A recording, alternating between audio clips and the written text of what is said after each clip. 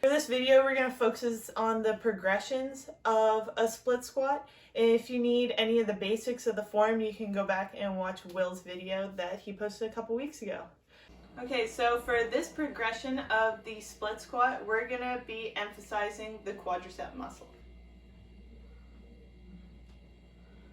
So for this progression, we're going to have a bit more knee flexion in the front leg. So instead of it being at 90 degrees, your knee is going to be in line with your toes.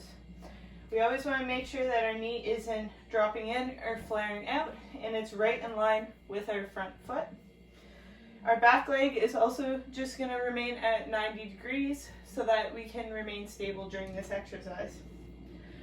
As we lift up, we're going to drive through our front heel up to our standing and starting position.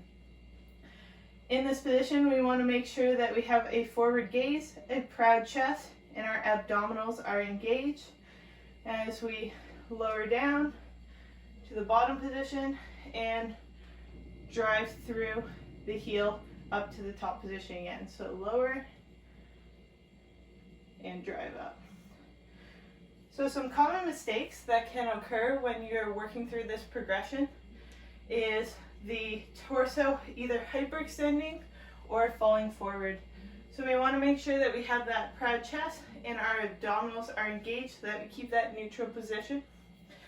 As I mentioned before, we also want to make sure that our knee is tracking over our toes, so we don't want to have it flaring out at all.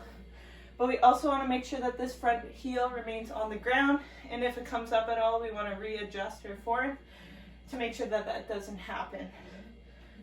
We also want to make sure that our hips stay aligned and that our feet are in a train track cue is what I use. So instead of being in line like something like a tightrope, we want to think of it as train tracks on either side of the body.